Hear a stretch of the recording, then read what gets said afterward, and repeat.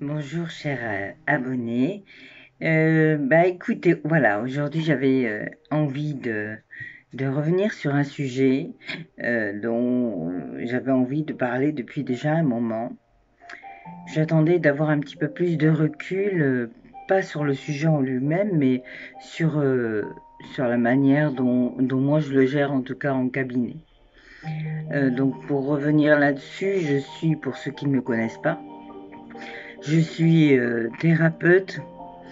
Donc je me dis thérapeute en bien-être émotionnel parce que c'est plus vague. Pas que je veux être vague, mais que c'est plus général, je dirais. Je sais, on pourrait dire aussi énergéticienne ou éveilleuse de conscience, pourquoi pas. Enfin, toujours est-il que voilà, je suis thérapeute et donc principalement en hypnose. En hypnose sagesse, donc une hypnose que j'ai appris avec Camille Griselin, que vous retrouvez aussi sur les réseaux sociaux. Et donc cette hypnose est un peu différente de ce qu'on trouve habituellement, qui est l'hypnose ericksonienne. C'est une hypnose plus humaniste, je dirais, et c'est-à-dire que l'on passe, j'ai fait une vidéo exprès pour en parler, donc si vous voulez avoir plus de renseignements, vous pouvez aller voir un peu plus bas, hypnose sagesse, et je m'explique sur le sujet. Donc cette hypnose, on passe principalement par des métaphores, par des histoires où il y a des métaphores et où l'inconscient va aller trouver évidemment la réponse dont il a besoin. Donc, moi en cabinet, je me sers principalement de cette hypnose. J'utilise d'autres thérapies maintenant que j'associe aussi avec l'hypnose, entre autres, comme l'Access Bar, où ce sont des pôles magnétiques au niveau de la tête. C'est un petit peu de la réflexologie, comme de la réflexologie plantaire, mais c'est au niveau du crâne où on va activer des zones comme ça différentes qui vont travailler au niveau, ça va travailler au niveau énergétique. Et puis donc ça, c'est comme si ça poussait un petit peu ce qui est déjà prêt à partir. Bon, c'est vraiment schématique, hein, c'est parce que j'ai pas envie de m'éterniser sur ces thérapies-là. Le but n'est pas là dans cette vidéo. Et donc j'utilise aussi la thérapie d'énergie intégrée, qui est une thérapie plus angélique, où on fait appel à, à l'énergie angélique pour aller nettoyer les zones qui sont associées avec des émotions. Et en fait, quand on a trop d'émotions qui n'ont pas été dites, hein, puisque les émotions sont nécessaires, bien sûr, mais le fait de les garder là à l'intérieur, ça ça les cristallise. Et donc cette thérapie, eh bien aussi, je m'en sers souvent en fin de parcours quand les patients ont envie d'aller un petit peu plus loin pour aller faire un nettoyage final. Voilà pour ce qui est des thérapies avec d'autres outils, différents comme la PNL, comme des exercices, des cartes, etc. Tout ce que je suis actuellement, tout ce que vous voyez sur les autres vidéos. Donc, euh, alors mon retour par rapport au deuil, déjà d'une, donc en hypnose, euh, c'est vraiment très bénéfique. Voilà, déjà, vous pouvez dire que si vous n'avez pas eu l'occasion de pouvoir faire votre deuil correctement, et après je m'en expliquerai, euh, vous allez pouvoir en hypnose faire ce deuil et pouvoir avancer sur autre chose. Euh, alors, faire le deuil, c'est un bien grand mot, c'est un mot qu'on emploie souvent donc euh, en Europe, je dirais principalement. Donc faire le deuil, c'est quoi? C'est accepter que l'autre personne soit partie. Alors déjà, pour accepter comme ça du but en blanc, c'est jamais facile, hein. Euh, donc en fait, bien souvent, on n'exprime pas nos sentiments, on n'exprime pas nos émotions quand il y a un deuil. Pour exemple, je pourrais vous dire combien de fois avez-vous vous-même ou entendu ou dit à des personnes qui étaient dans le deuil, allez, ça va s'arranger, c'est bien, c'est c'est tout, arrête de pleurer. Euh, enfin voilà, c'est des paroles qui se disent réconfortantes, qui veulent être réconfortantes, mais en fait on ne sait pas. On ne sait pas comment agir face à des gens qui sont dans le deuil et qui viennent de perdre un être cher. Et je dirais qu'il n'y a pas de solution miracle, hein, puisque en fait, nous sommes tous avec nos filtres différents, avec notre façon d'agir, avec un amour différent aussi en fonction de la personne qui vient de partir. Et il n'y a pas de solution miracle. C'est vrai que le deuil passe aussi par une période euh, d'accueil de cette personne qui est partie. Euh, Accepter qu'elle ne reviendra plus, accepter aussi que c'est son choix, hein, même quand c'est des deuils qui sont accidentels. Moi, je pars du principe, évidemment, après, chacun voit midi à sa porte. Moi, je vous parle de ce que je connais, de ce que je sais et de ma manière de procéder, en tout cas. Donc je crois en une vie après la mort et à la réincarnation entre autres. Et donc accepter aussi que cette personne quand elle s'en va, c'est son choix parce que on vient chacun avec un temps bien défini sur Terre, avec une mission. Voilà, bon, je ne rentrerai pas plus dans le détail pour ça, mais toujours est-il que c'est aussi, voilà, c'est aussi accepter que la personne parte à l'heure qu'il est décidé pour elle. Alors vous me direz, tout ça, ça n'arrange pas le fait que celle qui reste là, qui voit partir l'autre, a du mal, et bien sûr, je le comprends très bien.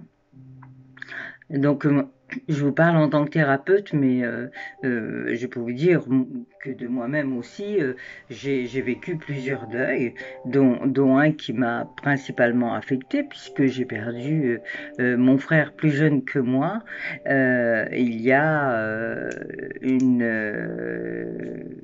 dizaine d'années environ.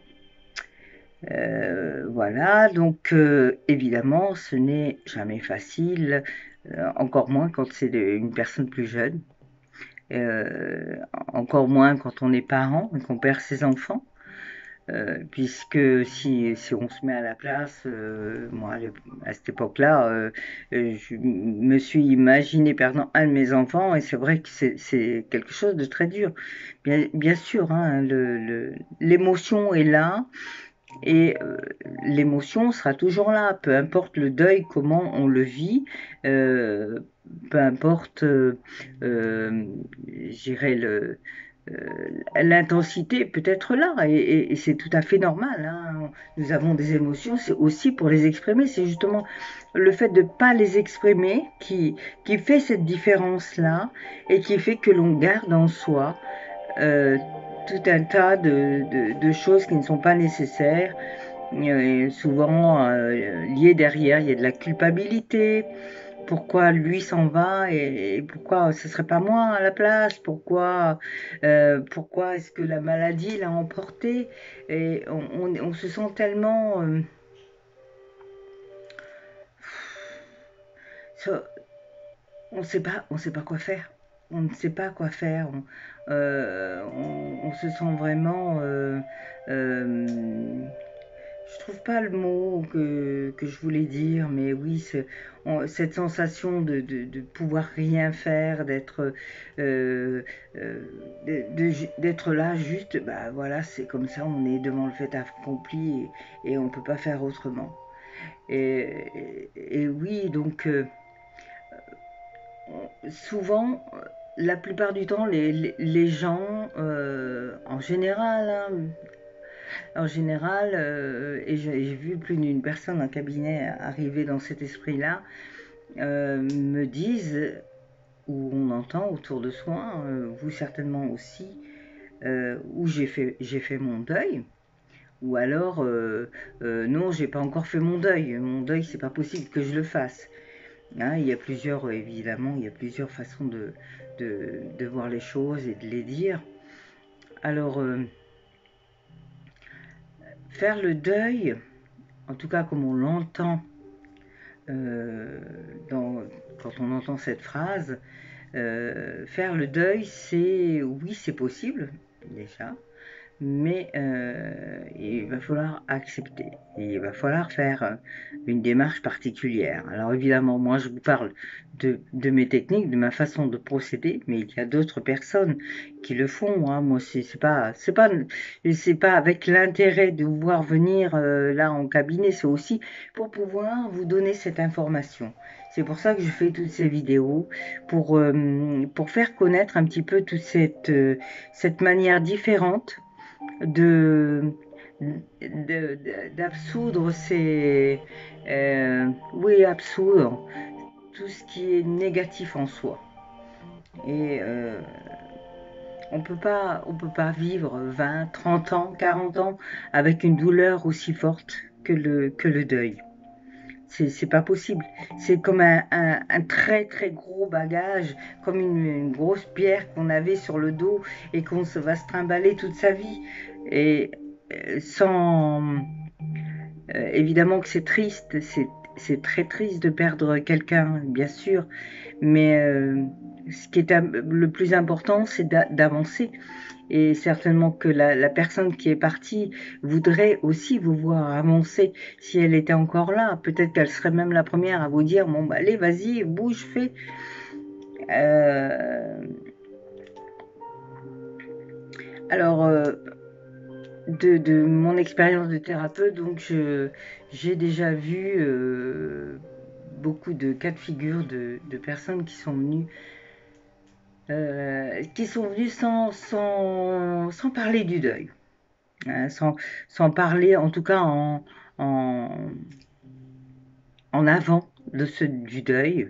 Ils venaient pour des problématiques différentes et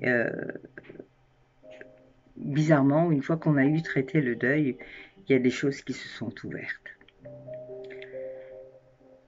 Alors bah, pour ça déjà, dans un premier temps, puisque on en a parlé l'autre jour, je fais un clin d'œil à Patricia, et c'est une très belle histoire puisque on a fait ce deuil, enfin je l'ai aidé à faire ce deuil en hypnose et sa famille vient aussi, donc sa fille est venue et sa petite fille parce que ce deuil avait été très lourd au niveau de la famille. Et c'est magnifique de voir l'énergie, non seulement que ça peut dégager de personne en personne, parce que c'est une énergie, hein, ce sentiment de tristesse, ce sentiment de perte, d'abandon. Et quand on voit comme ça peut passer, alors que la petite fille était encore toute jeune quand c'est arrivé, euh, voilà, donc vous voyez l'importance que ça peut avoir. Et là, ça c'est traité sur trois personnes, sur trois générations différentes.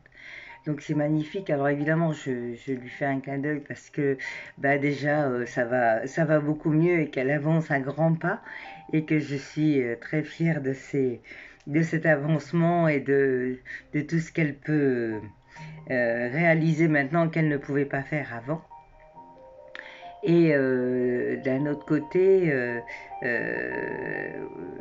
oui, je voulais aussi parler d'elle parce qu'elle m'a parlé de la vidéo que j'ai fait de Retour aux sources, où elle s'est retrouvée et que ça a été vraiment important pour elle de faire ce retour aux sources aussi.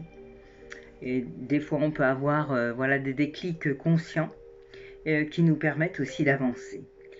Donc, bravo, bravo Patricia, à toi et à toute ta famille d'avoir fait cette démarche, même si au départ, ce n'est pas forcément pour ça.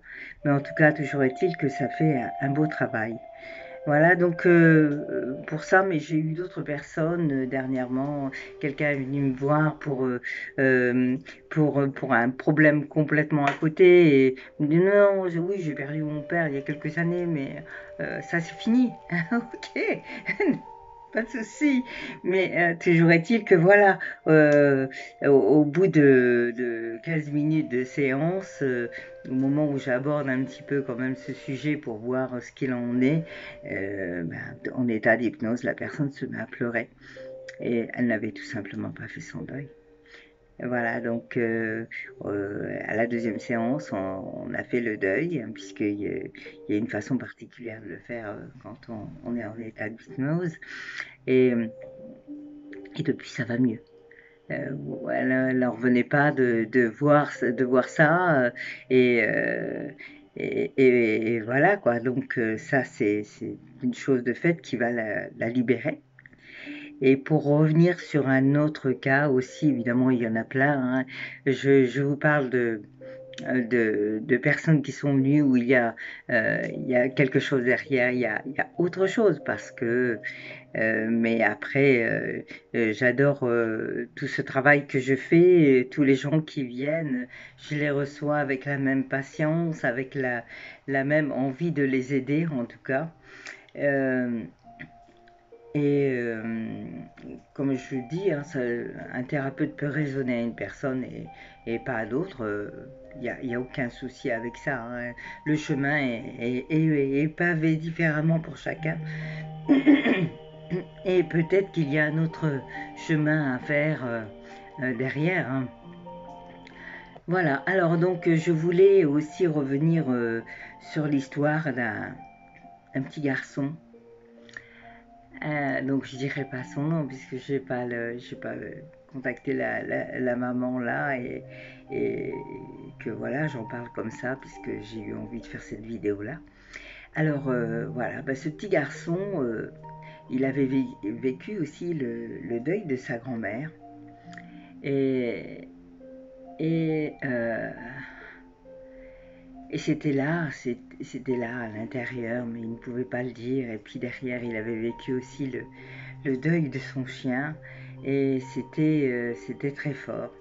Et je me rappelle une fois où il n'avait pas envie de faire la séance. Et en plus, c'était au début où je pratiquais. Et c'est vrai que je m'étais trouvée un petit peu dépourvue.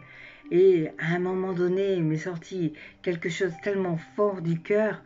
Et je me suis retrouvée devant ce petit garçon avec les larmes aux yeux en train de lui dire, mais tu sais, je te comprends. Mais moi aussi, j'ai vécu un deuil. C'était très dur pour moi. Moi, j'ai perdu mon frère, t'imagines? Mon frère, t'imagines ce que ça peut faire de perdre son propre frère? Et le fait de me livrer comme ça a été le début de la séance qui a permis d'aller vers autre chose. Donc après, par la suite, je vous dirai pourquoi je reviens sur le fait de vous raconter ça.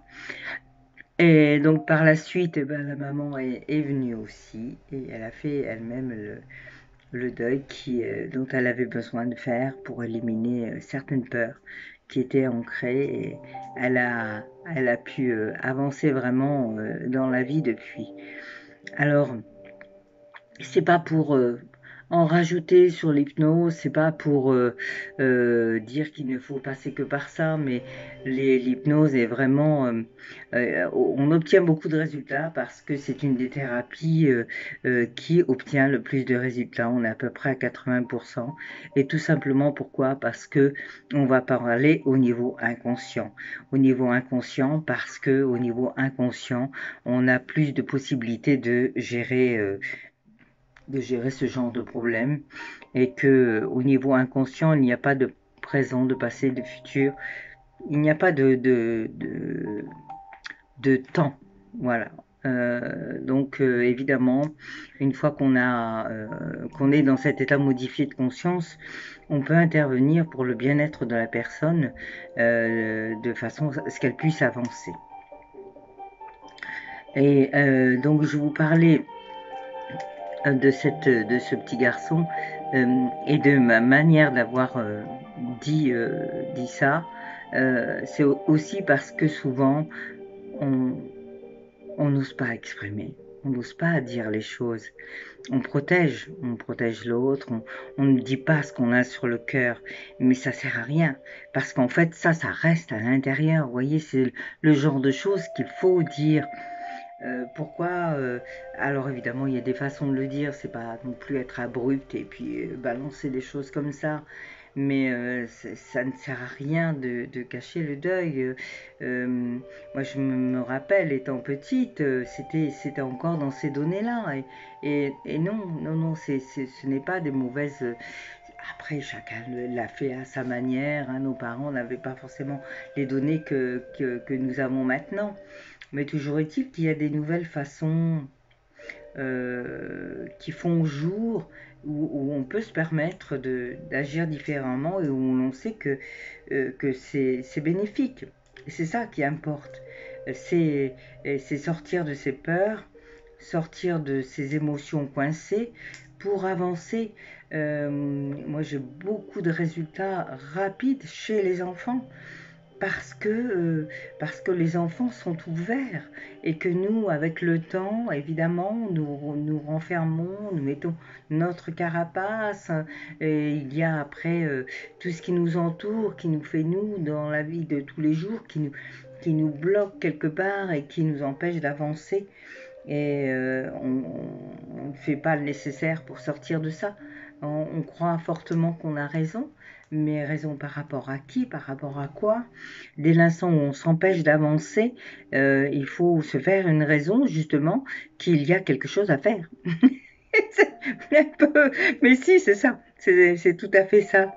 Alors oui, évidemment, le deuil, c'est très triste de voir partir un être cher, mais la première des choses, c'est de l'accepter et de faire en sorte aller voir quelqu'un, que ce soit moi ou quelqu'un d'autre, mais de faire ce deuil autrement, en tout cas pour pouvoir avancer, parce que vous avez encore des choses à vivre derrière et que vous ne pouvez pas rester dans ce deuil.